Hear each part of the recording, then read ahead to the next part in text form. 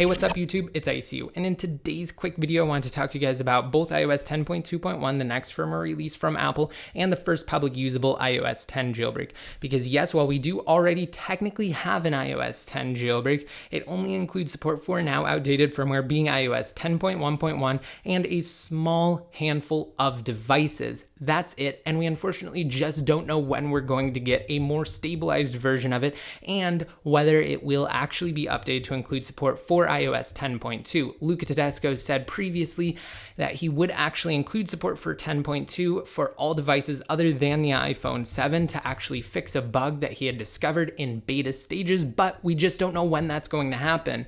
So really quick, I just wanted to talk to you guys about iOS 10.1.1 and the Yalu jailbreak. I want to let you guys know what's happening on that front because unfortunately he did tease a while back that he was actually working on a gamma version of the jailbreak, but we have yet to receive it.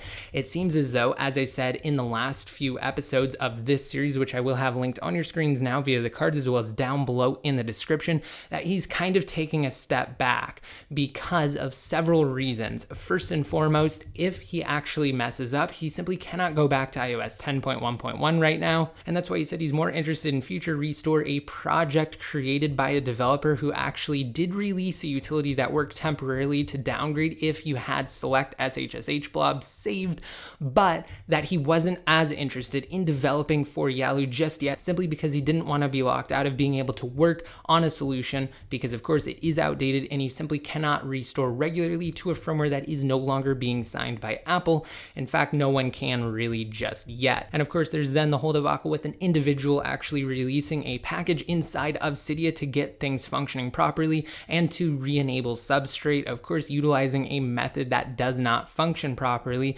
with the Yalu jailbreak. So there's kind of some drama on that front, and we just really haven't heard any other updates beyond that from Luca Tedesco. Hopefully he's working on it, but we really just don't know, so it is likely best to turn our attention toward the future, in this case being iOS 10.2.1, because of course there are still other developers on the scene, being Pangu. They've just remained silent. They do this absolutely every single year, and official jailbreak developer teams have always continued this tradition throughout the years. Essentially what they do is they remain silent until they release a jailbreak. There's nothing more to it than that. They just drop it once they're actually ready. Timing has been a very, very critical issue this year. There have been several delays and things that kind of push back the timing aspect of it, because of course timing is everything when you're trying to ensure that as many people can jailbreak for as long as possible. As I've said a number of times throughout some of my more recent videos, it seems as though Pangu is in fact waiting for iOS 10.2.1.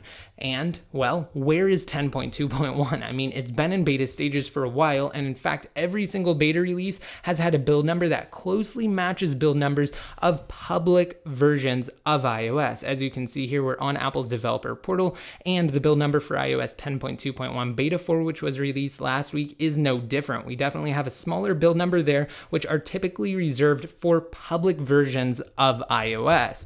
And this has happened for all of the previous beta iterations of 10.2.1 as well. Now, we haven't received a release this week, beta or otherwise, and that definitely makes sense because it is a holiday week. Martin Luther King Day did fall earlier this week on Monday, and as you guys likely know if you've been keeping up with the videos here on my channel, Apple does not release new firmwares on weeks that happen to be holiday weeks here in the United States. The same thing happened with both Christmas and New Year's. They didn't release any firmware updates for those weeks either, iOS or otherwise. And considering Apple released not one, but two beta builds of iOS 10.2.1, I didn't actually make a video on the second build that they released last week. It's likely that the second one, again, beta 4, was released because they knew they were going to take this week off of actual software updates, and it could potentially mean that we may get the finalized version next week. Either way, we will likely get some version of 10.2.1, be it beta or public. I'm definitely going to keep you guys updated as we move forward into the future, but what we should likely do now, especially since it looks like Luca's interest is starting to fade, is turn our attention toward the future, Pangu, with what will hopefully be the first iOS 10 public usable jailbreak in the form of a utility that includes support for 10.2.x. Like I said, I'm going to let you guys know anytime anything happens. Be sure to click the subscribe button below next to my channel name if you have yet to, and then just like me on Facebook and follow me on Twitter for even more frequent updates. And until next time, this is ICU signing out.